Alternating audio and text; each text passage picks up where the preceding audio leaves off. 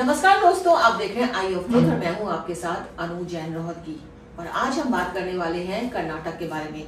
जी हाँ, कर्नाटक में बहुत कुछ चल रहा है और सबके सामने भी है, क्योंकि न्यूज जबरदस्त वहां से आ रही है। जिस तरह से कांग्रेस अपने ही बिछाए जाल में वहां फंस गई है। इससे पहले भी कांग्रेस ने कई स्टेट्स में ऐसा किया है कि प्रोमिसेस कर दी हैं दो लोगों को, दो तरफ के गुटों को, लेकिन जब बारी आई प्रॉमिस को पूरे करने की तो वो नहीं कर पाए। और इसमें जो झगड़ा हुआ वो कर्नाटक में देखने को मिल रहा है। एक तरफ सिद्धारमैया के समर्थक हैं, खुद सिद्धारमैया हैं, दूसरी तरफ शिव कुमार के समर्थक हैं, वो खुद खड़े हुए हैं कि अब मेरी बारी है मुख्यमंत्री बनने की। और इस पूरी बातचीत में आज हमारे साथ विनोद शुक्ला बैठे हैं हमारे साथ, बहुत ही सीनियर जर्नलिस्ट हैं। विनोद जी, आपको बहुत बहुत स्वागत है हमारे चैनल पर। बहुत बहुत धन्यवाद। तो विनोद जी, सबसे पहले बात यही आती है, जैसे कि मैंने शुरुआत इसी से कर दी है, कि अपने ही बनाए जाल में कांग्रेस की टैक्टिक्स है ये कि वो प्रलोभन देती है सरकार बनाने के लिए दो गुटों को या तीन गुटों को, सबको कतार में लगाए रखती है कि आपको भी मौका मिलेगा। यहाँ पर समय खत्म हो गया सिद्धारमैया का और अब डीके शिव कुमार कह रहे हैं कि हमें मुख्यमंत्री बनाया जाए। तो एग्जैक्टली क्या हालात है? आपको लग रहा है कि ये सरकार गिर सकती है?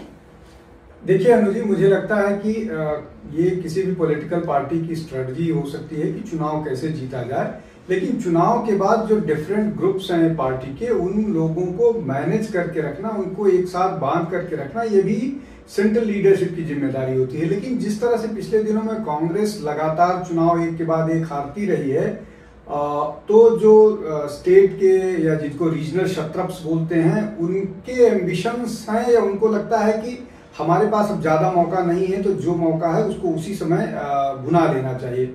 अब अगर आप बात करें कर्नाटक की, तो एक इस तरह का सीक्रेट डील हुई थी जिसमें डीके शिव कुमार और सिद्धारमैया, जो अभी सिद्धारमैया साहब मुख्यमंत्री हैं, डीके शिव कुमार उप मुख्यमंत्री हैं, ये डील हुई थी। जब चुनाव हुआ था तो डीके शिव कुमार प्रदेश अध्यक्ष थे, कर्नाटक प्रदेश अध्यक्ष।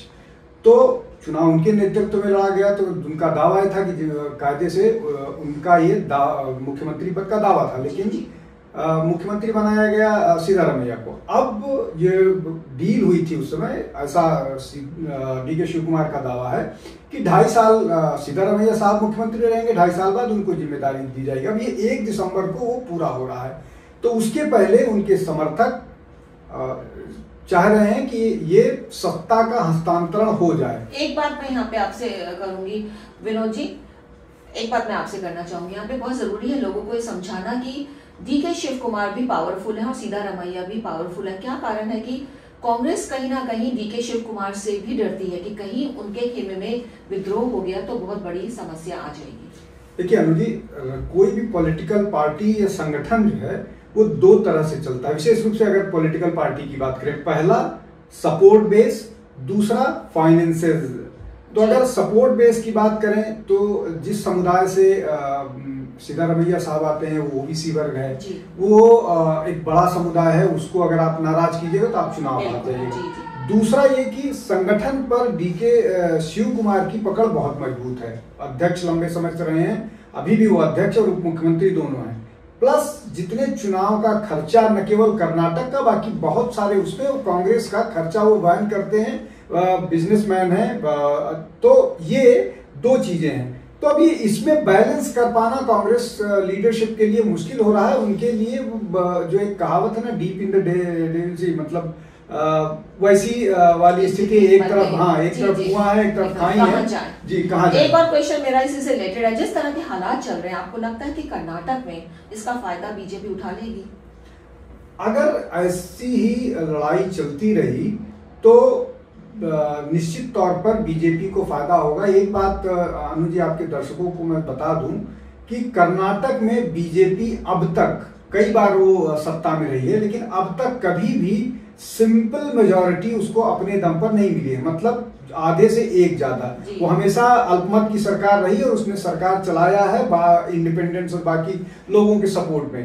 कांग्रेस वहां हमेशा से मजबूत रही है, लेकिन जिस तरह की लड़ाई चल रही है, प्लस बहुत सारे इस तरह के डिसीजंस हुए हैं जहां पर हिंदू कम्युनिटी को एंटेगोनाइज किया गया है, उसके कारण वहां रिसेंटमेंट है, सैलरी को लेकर के, फाइनेंसेस को लेकर के बहुत सारी दिक्कतें हो रही हैं। तो वो सब उनके खिलाफ जा रहे हैं, और उस पर से अगर ये लड़ाई जिस तरह से चल रही है वो निश्चित तौर पर बीजेपी के लिए हो सकते हैं। हाँ। अच्छा विनोद जी, आपने अब कर्नाटक का बता दिया, लेकिन अगर हम अब कर्नाटक से थोड़ा पहले अगर जाएं और हम छत्तीसगढ़ की बात करें, विनोद जी आपको याद होगा छत्तीसगढ़ में जो हुआ, वहां भी कांग्रेस ने इसी तरह की स्ट्रैटेजी अपनाई थी। वहां भी अगर आपको याद होगा भूपेश बघेला थे, उनको मुख्यमंत्री बना दिया, लेकिन जो उप मुख्यमंत्री थे देव जी थे, वो बार बार कह रहे थे कि अब मेरी बारी है, मुझे मुख्यमंत्री बनाया जाए, और अंदरूनी लड़ाई इतनी ज्यादा बढ़ी कि इलेक्शन हुए और कांग्रेस को हार का सामना करना पड़ा। तो जो छत्तीसगढ़ में हुआ, क्या वो वही चीज अब यहाँ कर्नाटक में आपको देखने को मिल रही है? छत्तीसगढ़ में हुआ क्या था? देखिए अनुजी, मुझे लगता है कि जो छत्तीसगढ़ वाला मामला है, जब 2023 में विधानसभा के चुनाव हो रहे थे तो सबसे मजबूत स्थिति में ये बताया जा रहा था कि छत्तीसगढ़ में कांग्रेस है वो जीत जाएगी। लड़ाई वहां पर शुरू हुई थी जब भूपेश बघेल और टीएस सिंहदेव के बीच मामला चला था। वो लगातार ये दावा कर रहे थे कि ढाई साल का समझौता हुआ है और अब मुझे सत्ता दी जाए, लेकिन उस सत्ता का हस्तांतरण नहीं किया गया और भूपेश बघेल ने केंद्रीय नेतृत्व से बात करके किसी तरह से उनको उप मुख्यमंत्री पद का लॉलीपॉप दे दिया था टीएस सिंहदेव को। और उसके बाद चूंकि चुनाव भी धीरे धीरे नजदीक आ गए थे तो उन्होंने उसी पर समझौता कर लिया, लेकिन उसका परिणाम ये हुआ कि न केवल कांग्रेस हारी, और जो कांग्रेस के में इंटरनल कॉन्फ्लिक्ट था, जो सिंहदेव साहब हैं, टीएस सिंहदेव साहब, उनके लोगों का ये कहना है कि उसी राइवलरी के कारण वो अपना अंबिकापुर से चुनाव 94 वोटों से हार गए। उसमें भूपेश बघेल पर आरोप लगता है कि उन्होंने ऐसा किया। तो ऐसी ही स्थिति अगर रही कर्नाटक में तो कर्नाटक में मुश्किल हो जाएगा, इसलिए कि संगठन में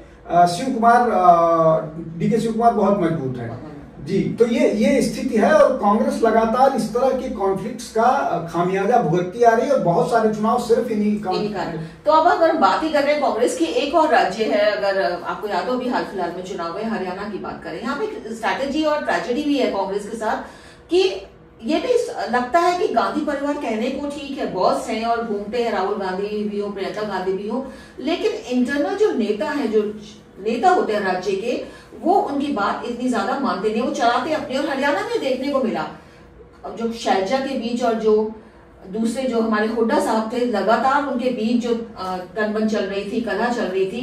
कोशिश बहुत की राहुल गांधी ने बीच बचाव करने की, स्टेज पे भी दोनों के हाथ मिलवा दिए, लेकिन अंदरूनी कलह इतनी ज्यादा थी और हरियाणा भी उनको लूज करना पड़ा। तो आपको लगता है क्या ऐसा है कि कहने को आला कमान, और सब कहते हैं हमने आला कमान पे छोड़ दिया, लेकिन वास्तव में ऐसा नहीं होता है? देखिए अनुजी, मुझे लगता है कि कांग्रेस की जो वर्किंग है ना, वो थोड़ा सा फॉल्टी हो गई है। इधर जो उनका केंद्रीय नेतृत्व है उसमें भी एक्सेस में दिक्कत है। जैसे राहुल गांधी को एक्सेस करना थोड़ा मुश्किल है, आप उसके लिए आपको केसी वेणुगोपाल के माध्यम से जाना पड़ेगा। एक आध दो और नेता हैं जिनके माध्यम से वो कर्नाटक के जो राज्यसभा से एमपी हैं, मल्लिकार्जुन नहीं, एक एमपी है, मुस्लिम है, नाम मुझे ध्यान नहीं आ रहा है, उनके माध्यम से जाना पड़ेगा। और सोनिया गांधी तक पहुंचना तो इम्पॉसिबल है। तो उन परिस्थिति में जो भूपेंद्र सिंह हुड्डा और शैलजा और इनके बीच का जो तालमेल था वो नहीं बैठ पाया और भूपेंद्र सिंह हुड्डा की सारी बात मान ली गई, टिकट डिस्ट्रीब्यूशन से लेकर के चुनाव उसमें तक। तो उस सब परिस्थिति में जो एलियनेटेड जितने भी नेता फील कर रहे थे उन्होंने लगभग काम नहीं किया। अब इसमें एक और महत्वपूर्ण बात यह है कि जो ये इलाका है जिसको आप ये कह लीजिए कि पश्चिम यूपी राजस्थान का इलाका जो हरियाणा जुड़ा हुआ और हरियाणा, यहाँ पर जाट और दलित की बहुत बड़ी राइवलरी है और भूपेंद्र हुड्डा और शैलजा दोनों जाट और दलित नेता हैं। उस राइवलरी ने भी नुकसान किया। जैसे ही लगा कि उनको मुश्किल मतलब शैलजा को इग्नोर किया जा रहा है तो दलित वोटर अलग हो गया और इस तरह के और बहुत सारे फैक्टर्स हैं। लेकिन कुल मिलाकर के राइवलरी ज्यादा जिम्मेदार है, दो नेताओं की राइवलरी जिसको फिक्स किया जाना चाहिए। और ये जिम्मेदारी जो होती है वो टॉप लीडरशिप की होती है, जिसको आप कह लीजिए कि जो पार्टी का बड़ा नेता है। ये बिल्कुल ठीक है जो मैंने हम लोग चर्चा कर रहे हैं कि बात नहीं मानी जाती है, मतलब आला कमान जाते हैं उनके सामने, हाँ भरती जाते हैं, लेकिन पीछे से ऐसा कुछ नहीं होता, सब अपनी मन की मर्जी चलाते हैं।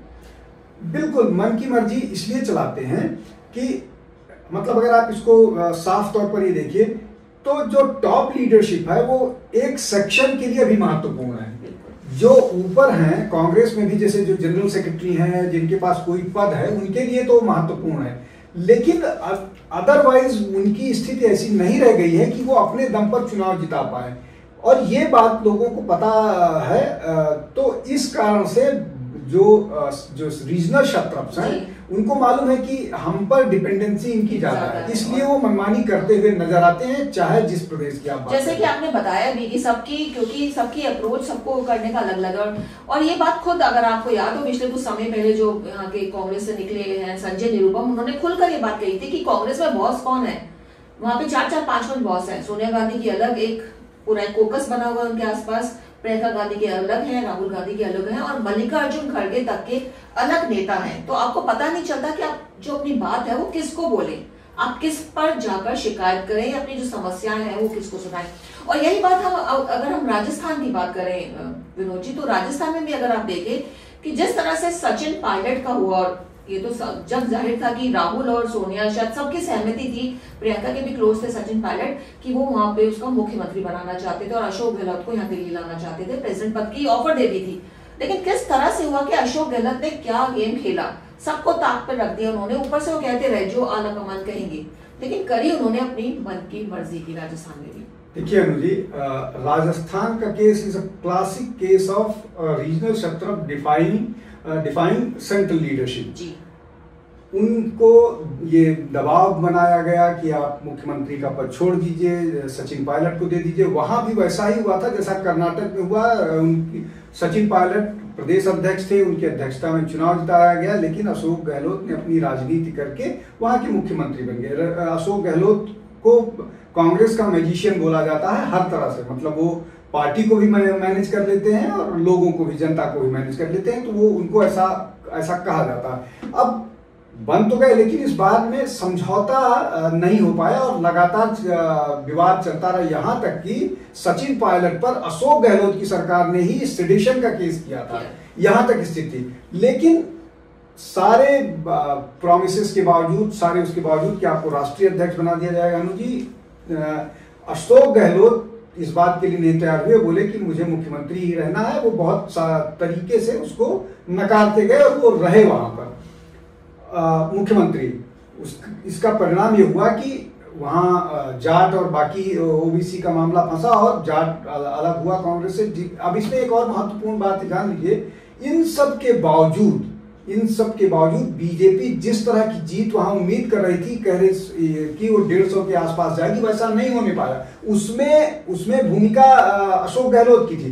तो ये रीजनल लीडरशिप पावरफुल है और वो ये जानती है, जो आपका मूल प्रस्थान जी की क्यों डिफाई करती है। उनको ये मालूम है कि इनकी निर्भरता हमारे ऊपर है। उसका एक और उदाहरण मैं दे रहा हूं।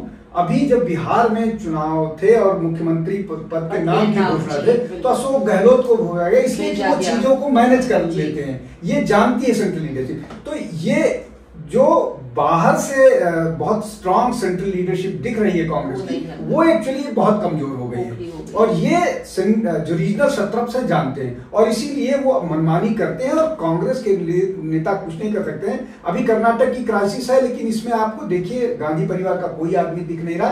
प्लस सिबलिंग राइवलरी में वो मेरा आदमी है, वो मेरा आदमी है, वो मेरा आदमी है। सबको मालूम है कि हमको बड़े नेता से सह है, तो मुझे कोई कुछ कर नहीं सकता है, दबाव नहीं कर सकता। तो ये क्योस जो है, कई बार आपको क्योस को निकालने के लिए, क्योस से निपटने के लिए सख्ती बरतनी पड़ती है।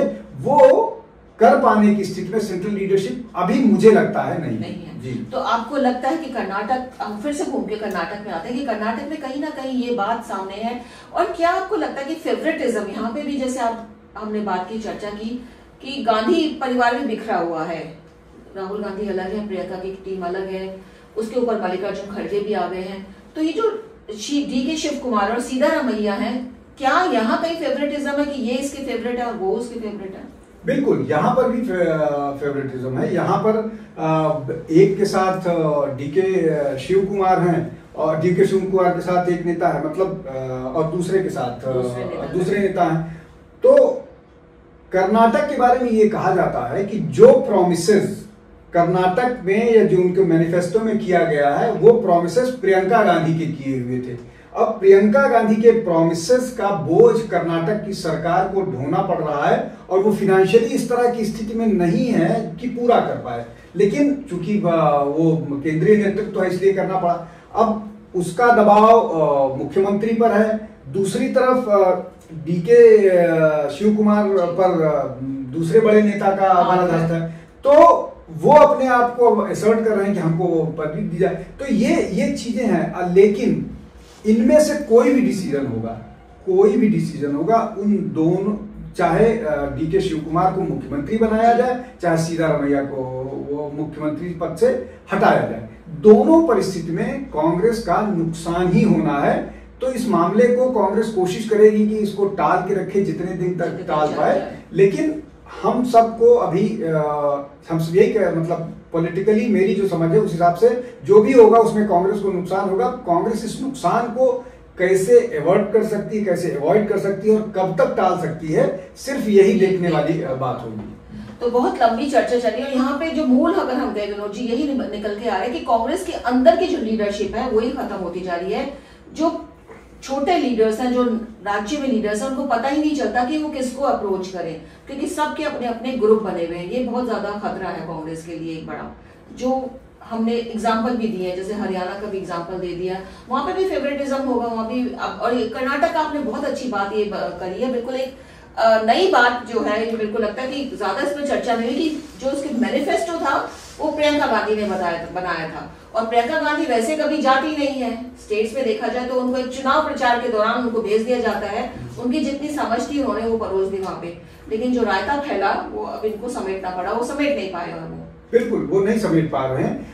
जो यहाँ तक कि जो प्रदेश का नेतृत्व है वो भी उसको मैनेज करने में नाकामयाब हो रहा है। उसका कारण ये है कि जो आप कोई प्रॉमिस करते हैं, उन प्रॉमिसेस के पीछे प्रदेश की अर्थव्यवस्था की बड़ी भूमिका होती है, बड़ा होता है। अगर आप प्रदेश की अर्थव्यवस्था से के बारे में आपको जानकारी नहीं है और आप सिर्फ इसलिए प्रॉमिस कर रहे हैं कि आपको वहां से सरकार बदलनी है, तो ये मुश्किलें आएंगी। और इन सब की जानकारी प्रदेश नेतृत्व को बेहतर होती है, वो जो प्रॉमिसेस करते हैं शायद उनकी जानकारी होती है और वो नहीं हो पाए, और इसीलिए यहाँ पर ज्यादा क्योस है।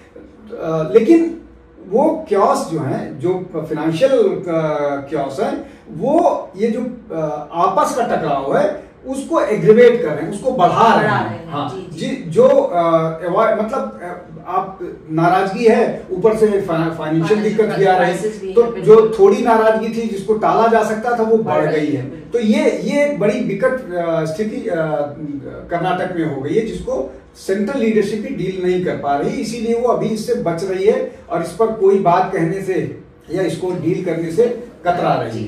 तो बहुत अच्छी यहाँ पे जानकारी विनोद शुक्ला ने दी और दर्शकों आपको बताते हैं कि अब हमारी कोशिश रहेगी कि अब रेगुलर किसी एक, क्योंकि विनोद जी बहुत ही सीनियर जर्नलिस्ट है और पूरी पकड़ है इनको पॉलिटिक्स पर, तो हमारी कोशिश रहेगी कि हर हफ्ते में एक दिन ऐसा बैठेंगे और चर्चा करेंगे मुद्दों पर। आपकी नॉलेज जो है हम करेंगे, क्योंकि नई नई बातें बता के लाते हैं, अंदर घूमते रहते हैं राजनीतिक गलियारों में और नई नई इंफॉर्मेशन के पास आती है। तो आज से हमने शुरू किया प्रोग्राम और उम्मीद है हमारा ये प्रोग्राम आपको पसंद आएगा।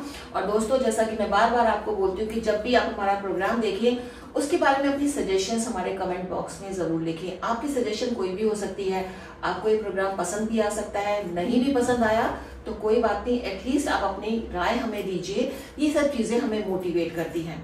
उम्मीद है हमारा ये प्रोग्राम आपको पसंद आया होगा। और विनोद जी आपको बहुत बहुत शुक्रिया, आप हमारे स्टूडियो आए। नमस्कार। हमारे चैनल आई ऑफ ट्रुथ को सब्सक्राइब कीजिए YouTube पर, इसे फॉलो कीजिए Facebook पर, Instagram पर, Twitter पर और कू पर। हमारे चैनल के बारे में फीडबैक देने के लिए हमें मेल कीजिए ioftruth.6@gmail.com पर।